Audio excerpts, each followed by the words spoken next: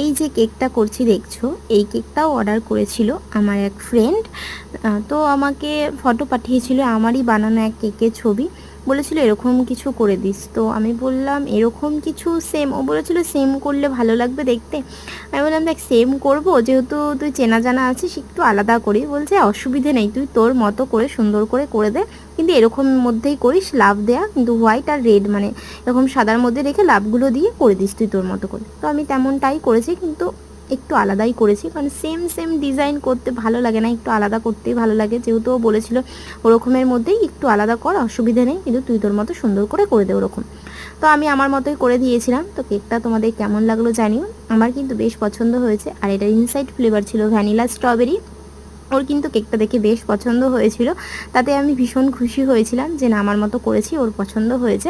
আর কেকটা সত্যি বলতে সত্যি ভালোই লাগছে দেখতে, দেখো আমার কিন্তু দারুণ লাগছিল কেকটা।